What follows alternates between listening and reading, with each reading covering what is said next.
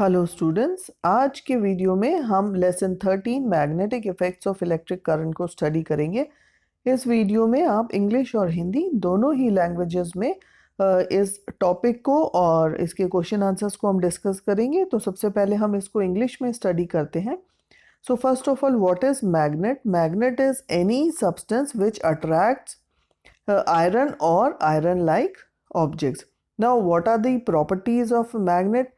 Like every magnet is having two poles, that is the north and south, as we are just seeing in the diagram, and like poles repel each other, whereas unlike poles they attract each other. And the fourth point is a freely suspended magnetic bar align itself in nearly north-south direction where its north pole is towards the north direction. Now like poles repel each other and unlike pole attract each other. So let us see that suppose this is a north pole and again it is having a north pole here. So these are the same poles, so they repel each other, and if the two poles they are opposite, like suppose if it is having a south pole here, so these are the opposite poles. So opposite poles means they will attract each other. So this is the meaning of unlike poles they attract each other and similar poles they repel each other. So next is the magnetic field. So the area around a magnet in which its magnetic force can be experienced, that is known as magnetic field. Its unit is Tesla. And magnetic field can be described with the help of a magnet compass.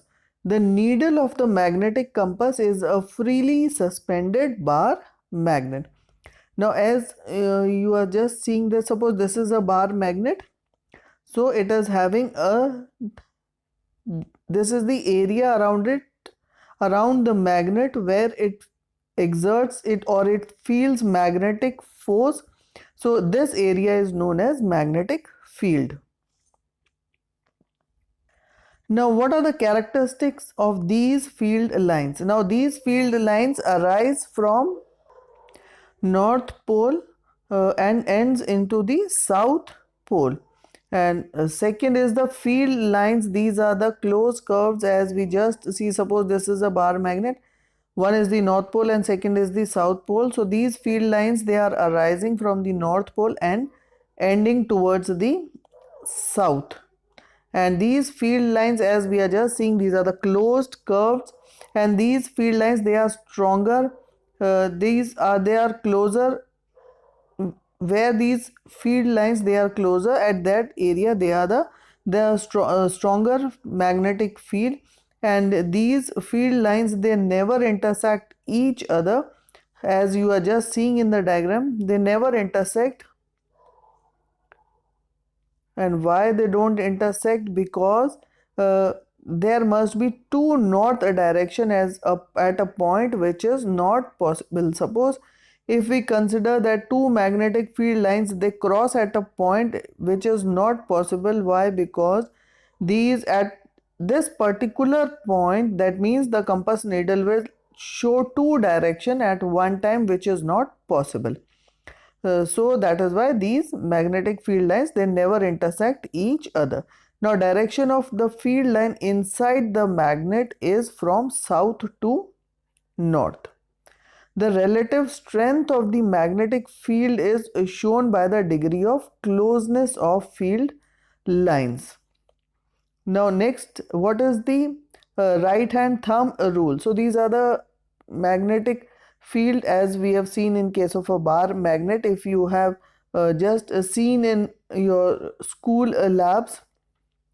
Now H.C. Oersted was the first scientist or the first person to state that electric current has magnetic field.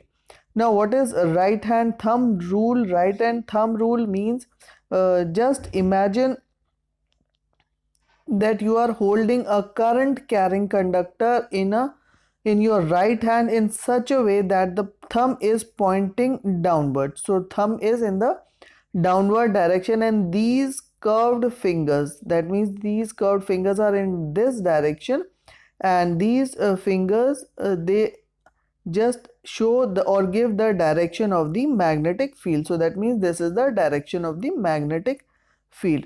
Now magnetic field due to current through a straight conductor. This can be represented by a concentric lines as we are just seeing in the diagram. These are the concentric lines and this is the straight conductor. So direction can be given by the right hand thumb rule or a compass. These circles, they are closer near the conductor, and magnetic field is directly proportional to the strength of the current. That means more is the strength of the current, so more will be the magnetic field. And second, this magnetic field is inversely proportional to the distance from the conductor. That means if the distance is more from the conductor, then less will be the magnetic field. That means as we are moving away from the conductor, so this is the conductor, so as we are moving away from the conductor, magnetic field is decreasing. So if as we are just seeing these 4 lines, so this fourth line will have less magnetic field as compared to the first one because it is far away from the conductor in which current is flowing. Now let us see the question answers. First question is define magnetic field, draw magnetic field lines around a bar magnet. So as we have just seen the definition of magnetic field, and we have, this is the answer of first question, and we have drawn this diagram. So you can also draw it similarly. Second, list the properties of the magnetic lines of force. So you are seeing here the 6 properties. So these can be written. Third, why don't two magnetic lines of force do not intersect each other? So we are getting the answer of third question here, that they never intersect because there must be two north directions at a particular point, which is not possible. So this is the answer of the third question. Fourth, what is the right hand thumb rule? So as we have just seen the right hand thumb rule. So if we are carrying a straight conductor in your right hand, so the thumb is pointing downwards, so the fingers wrapped gives you the direction of the magnetic field. The last is draw the patterns of the magnetic field lines due to a current carrying straight conductor. So as I've just drawn this diagram also, this is a straight conductor and these are the magnetic lines of magnetic field lines. So answer of the third question, we can once again read it. Two magnetic field lines, they do not intersect because if there was a point of intersection, then the compass needle would point towards two direction, which means it is having two magnetic field with it is having a magnetic field with two different directions, which is not possible. अब worksheet को हिंदी में भी देखते हैं. चुंबक क्या है? वह पदार्थ है जो लो या लो युक्त पदार्थ को अपनी ओर आकर्षित करता है. अब चुंबक के क्या क्या गुण हैं? प्रत्येक चुंबक के 2 ध्रुव होते हैं, उत्तरीय ध्रुव और दक्षिणी ध्रुव, जैसा कि हम देख रहे हैं चित्र के अंदर. समान ध्रुव एक दूसरे को प्रतिकर्षित करते हैं और असमान ध्रुव एक दूसरे को आकर्षित करते हैं. स्वतंत्र रूप से लटकाई हुई चुंबक उत्तरी ध्रुव की ओर संकेत करते हुए लगभग उत्तर दक्षिण दिशा में रुकती है. अब जैसे लाल से आप देख रहे हैं ये इसका नॉर्थ पोल है, तो अगर यहीं पर हम इसके पास अगर नॉर्थ पोल ला रहे हैं, तो जैसा कि आप देख रहे हैं कि दोनों ही नॉर्थ पोल हैं, यानी कि समान ध्रुव हैं, तो ये एक दूसरे को क्या करती हैं? प्रतिकर्षित करती हैं. और यही अगर इसके विपरीत हो जाए तो ये एक दूसरे को आकर्षित करेंगी. अब मान लीजिए इसके पास अगर साउथ पोल आता है, ये साउथ पोल है, तो ये क्या है? दोनों पोल अलग है, तो मीन्स इनमें क्या होगा? इनमें आकर्षण होगा, क्योंकि ये विपरीत ध्रुव है. अब नेक्स्ट हम देखते हैं चुंबकीय क्षेत्र क्या है. चुंबकीय क्षेत्र वह क्षेत्र है कि चुंबक के चारों ओर का जो क्षेत्र जिसमें चुंबक के बल का संसूचन किया जाता है, और इसका यूनिट क्या है? टेस्ला. और चुंबकीय क्षेत्र को दिक्सूचक की सहायता से समझाया जा सकता है. दिक्सूचक की सुई स्वतंत्र रूप से लटकती हुई एक छड़ चुंबक के समान होती है।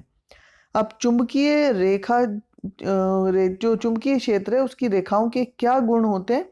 तो पहला गुण है कि चुंबकीय जो रेखाएं हैं वह उत्तरी ध्रुव से प्रकट होकर दक्षिणी ध्रुव की ओर जाती हैं, और ये कैसी होती हैं कि ये क्षेत्र बंद वृत्त में होती है। जैसे मान लीजिए ये एक चुंबक है, इसका नॉर्थ और साउथ, तो ये नॉर्थ उत्तरी ध्रुव से शुरू होकर ये दक्षिणी ध्रुव तक जाती हैं, और ये एक बंद, जैसा कि आप देख रहे हैं, एक क्लोज्ड पाथ है।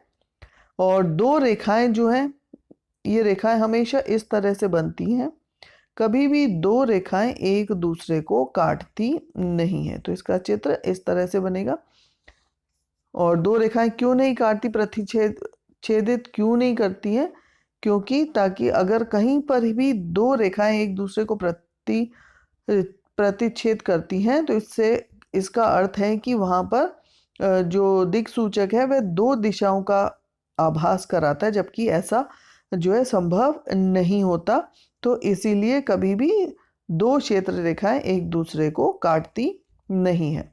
नेक्स्ट पॉइंट अगर हम देखेंगे तो चुंबक के भीतर चुंबकीय रेखाओं की जो दिशा है वह दक्षिण से उत्तर की ओर होती है। अभी तो हमने बाहर से देखा, बाहर से उसकी रेखाएं कैसी थी,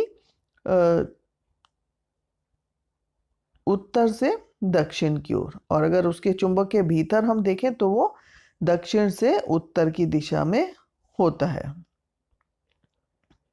अब ओरस्टेड पहले व्यक्ति थे जिन्होंने किसका पता लगाया था कि विद्युत धारा चुंबकीय क्षेत्र को उत्पन्न करती है। अब हम देखते हैं कि दक्षिण हस्त नियम क्या है।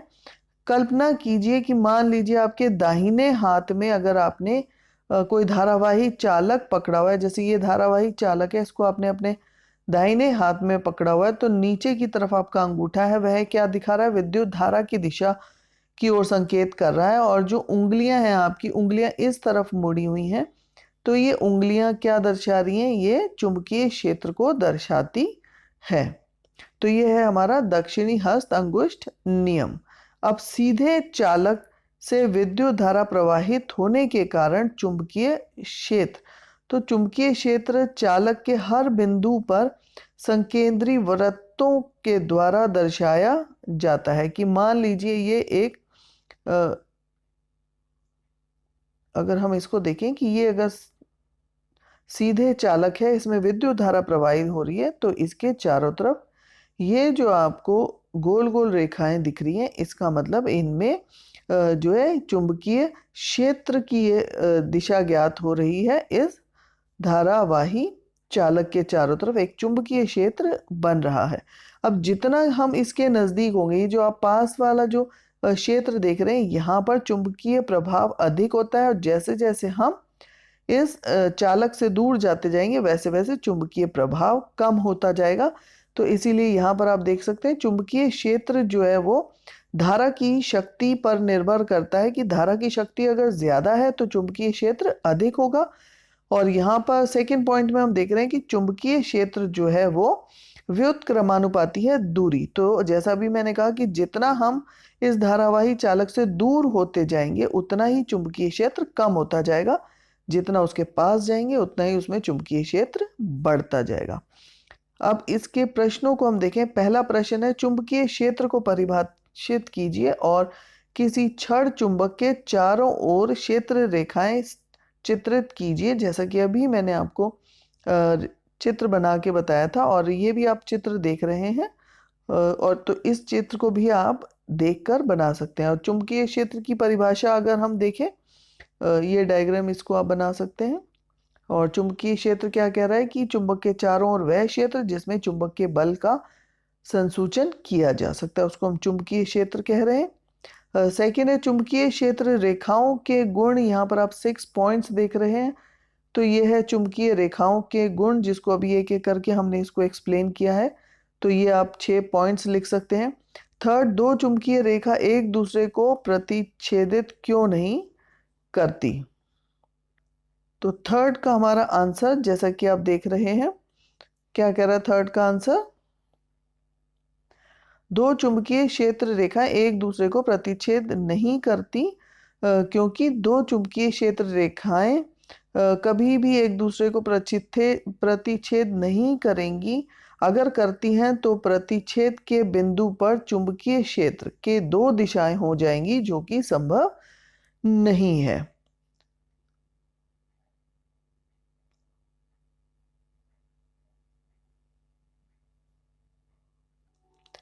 नेक्स्ट हमारा है दक्षिण हस्त अंगुष्ठ नियम क्या है, इसको भी अभी हमने डिस्कस किया था।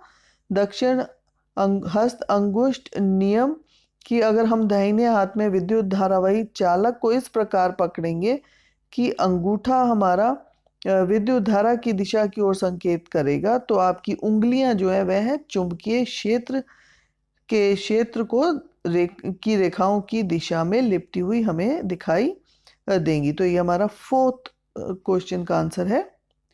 नेक्स्ट हमारा है फिफ्थ, सीधे धारावाही चालक की चुंबकीय क्षेत्र रेखाओं के पैटर्न को दर्शाओ। इसको भी जैसे हमने पहले भी बनाया था कि मान लीजिए ये हमारा धारावाहिक चालक है, तो इस तरह से हम इसको दिखा सकते हैं कि अगर इस दिशा में करंट या धारा बह रही है तो ये जो आप एरो से देख पा रहे हैं ये दिशा हो गई उसके चुंबकीय क्षेत्र की। होप स्टूडेंट्स ये वर्कशीट आपको क्लियर होगी और इसमें जो क्वेश्चन आंसर्स दिए हैं आप उनको सॉल्व करें। सिंपल वर्कशीट है, इसको आप आसानी से कर सकते हैं। और अगर अभी तक आपने मेरे चैनल को सब्सक्राइब नहीं किया है उसे सब्सक्राइब करें। And thank you for watching this video.